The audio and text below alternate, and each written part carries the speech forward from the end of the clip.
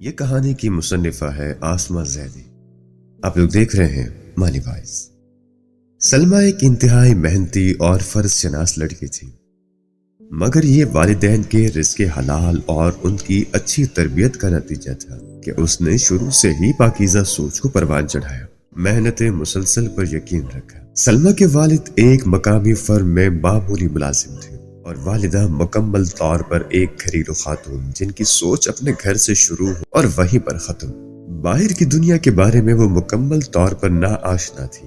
Mrs جبار ایک سیدھی سادی خاتون تھی جنہیں اپنے 3 بچوں کو تعلیم دلوانے کا شوق جنون کی حد تک تھا۔ یہی وجہ تھی کہ نامساعد حالات کے باوجود بھی جبار صاحب نے اپنے بچوں کو حسب توفیق اسکولوں اور کالجوں میں پڑھایا۔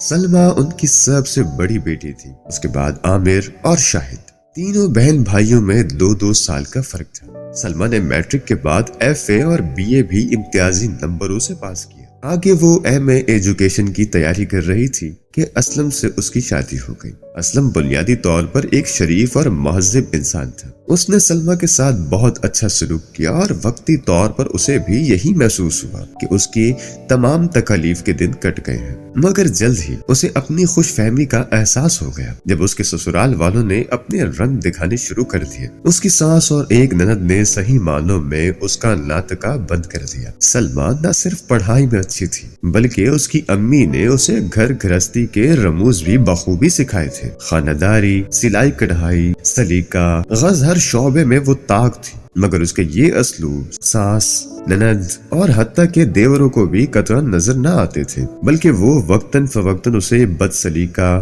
جاہل، گوار اور غریب جیسے القابات سے نوازا جاتا تھا۔ اسے اس بات پر حیرت ہوتی کہ اس نے اپنے والدین اور اساتذہ کرام کو یہی کہتے سنا تھا کہ تعلیم ہی اصل دولت ہے، روپیہ پیسہ تو آنی جانی چیز ہے، تو پھر اسے غربت کا طعنہ کیوں دیا جاتا ہے؟ آہستہ آہستہ اسے اس بات کا احساس ہونا شروع ہوا کہ اس معاشرے میں زندہ رہنے کے لیے دولت کی اہمیت بھی اپنی جگہ مسلم ہے، لیکن یہ اس کے والدین کی پاکیزہ تربیت اور رزق حلال کا نتیجہ تھا کہ دولت کے حصول کے لیے اس نے کبھی بھی غلط راستے کے بارے میں نہیں سوچا۔ قدرت نے بھی اسے اپنی حالت کو بہتر بنانے میں مدد دی۔ سچ کہتے ہیں کہ نیک نیت ہو اور انسان کا عزم سچا ہو تو اللہ تعالیٰ غیب سے ایسی امداد مہیا کرتے ہیں جہاں سے اسے گمان بھی نہیں ہوتا۔ ایک دن سلمہ کی ایک پرانی سہیلی اسے ملنے آئی۔ اس کی حالت دیکھ کر اور خاص طور پر اس کے سسرال والوں کا رویہ دیکھ کر اسے بہت افسوس ہوا۔ سلمہ بھی اس سے سچ کو چھپا نہ پائی اور اس کے سامنے روتے ہوئے اپنی تمام داستان غم اسے سنا ڈالی۔ رضیہ اس کی ہمدرد سہیلی تھی۔ اس نے مشورہ دیا کہ وہ علامہ اقبال اوپن یونیورسٹی کی فاصلاتی تعلیم کی سہولت سے فائدہ اٹھائے اور اپنا MA مکمل کرے۔ اس طرح وہ گھریلو کام بھی کر سکے گی اور اپنی تعلیم بھی بڑھا لے گی۔ چنانچہ اس نے کچھ بچت کر کے اور اپنے شوہر کی رضامندی سے وہاں اپلائی کر دیا۔ ساس کو پتہ چلا تو اس نے آسمان سر پر اٹھا لیا کہ اب گھر کا کام کون کرے گا، گھر کی ذمہ داری کون اٹھائے گا۔ تو اسلم نے انہیں سمجھایا کہ اس نظام میں سلمہ کا یونیورسٹی جانا ضروری نہیں، اس لیے وہ گھر کے کاموں کو بھی سر انجام دیتی رہے گی۔ سلمہ سلائی کڑھائی میں تو ماہر تھی ہی، اللہ نے اس کی ایک اور طریقے سے بھی مدد فرمائی۔ وہ کچھ اس طرح کہ اس کے گھر کے قریب ہی ایک بوتیک شروع ہوا اور اس کی مالکن کو کپڑوں کی سلائی کرنے والی کچھ ماہر خواتین کی ضرورت تھی۔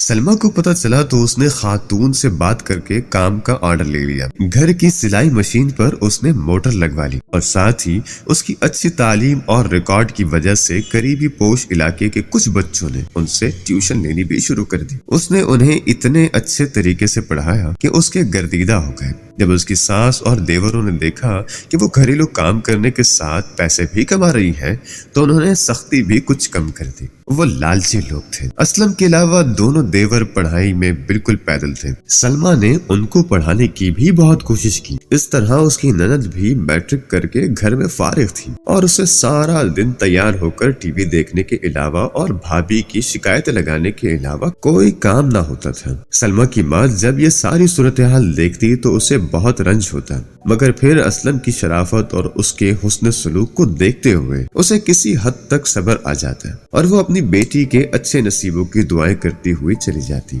شادی کو 2 سال گزر گئے۔ سلمیٰ کی گود ابھی تک خالی تھی اور اس کی ساس کے چلائے ہوئے نشتروں میں اس کے بانجھ ہونے کے طعنوں کا اضافہ بھی ہو چکا تھا۔ اسی دوران اس کا ایم بہت اچھے نمبروں سے پاس ہو گیا تھا، تو اس نے اسپیشلائزیشن کے لیے آگے اپلائی کر دیا۔ اسلم کی بھی پروموشن ہو گئی۔ سلائی اور ٹیوشن کا کام بہت بڑھ گیا تھا، مگر سلمیٰ کو جیسے اللہ نے آہنی حوصلہ دیا تھا، وہ چپ چاپ اپنے سسرال والوں کے مظالم برداشت کرتی اور اپنی ساری کمائی ان کے حوالے کر دیتی۔ اسلم یہ سب کچھ دیکھتا، مگر ماں، بہن اور بھائیوں کے آگے بولنے کی ہمت اس میں نہ تھی۔ گھر کا بوجھ کم کرنے کے لیے اس نے بھی شام کو ایک فیکٹری میں جانا شروع کر دیا تھا۔ اسی دوران حکومت کی طرف سے اسکولوں کے پرنسپل اور سینئر اساتذہ کی خالی نشستوں کا اشتہار اخبار میں چھپا۔ تجربہ نہ ہونے کی وجہ سے سلمیٰ پرنسپل کی سیٹ کے لیے تو اپلائی نہ کر سکی، مگر ہاں، اس نے سینئر ٹیچر کی پوسٹ کے لیے فارم جمع کرا دیا۔ ساتھ ہی اس کا ایم فل بھی مکمل ہو رہا تھا۔ اسے منتخب ہونے کی نوید مل گئی، مگر اسے جو سیٹ ملی وہ سندھ پنو آکل میں تھی۔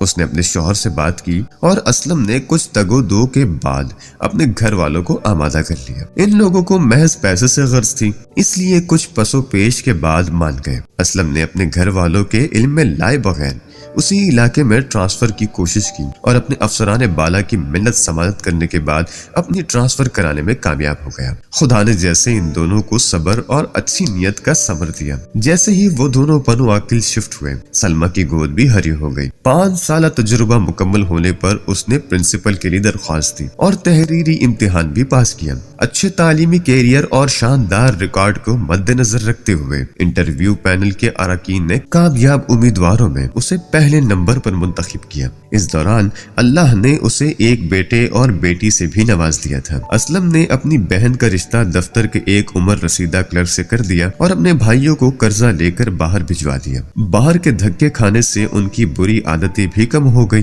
وہاں ان کو مزدوری کرنا پڑتی۔ اپنے ماں اور باپ کو اسلم نے ساتھ رکھ لیا۔ بیٹی کی شادی اور 2 نکمے بیٹوں کو باہر بھجوانے کی وجہ سے اب اس کے طرز عمل میں بھی تبدیلی آ چکی تھی۔ سلمیٰ اور اسلم نے نیک نیتی سے اپنے فرائض نبھائے، اپنے بہن بھائیوں کی مدد کی اور جوہد مسلسل سے اپنے حالات کو سنوارنے کی سعی کی، جس کا نتیجہ انہیں معاشرے میں ایک باعزت مقام کی شکل میں حاصل ہوا۔ ہمیں بھی چاہیے کہ اگر زندگی میں کوئی راستہ دشوار گزار ہو تو مایوسی کے اندھیروں میں بھٹکنے کے بجائے اپنے رب سے لو لگائیں اور مستقل مزاجی سے محنت کریں۔ اللہ تعالیٰ محنت، اچھی نیت اور خلوص کا صلہ کبھی بھی رائیگاں نہیں جانے دیتا۔ اس کہانی سے کیا سبق سیکھا؟ ہمیں کمنٹ سیکشن میں ضرور آگاہ کیجیے گا۔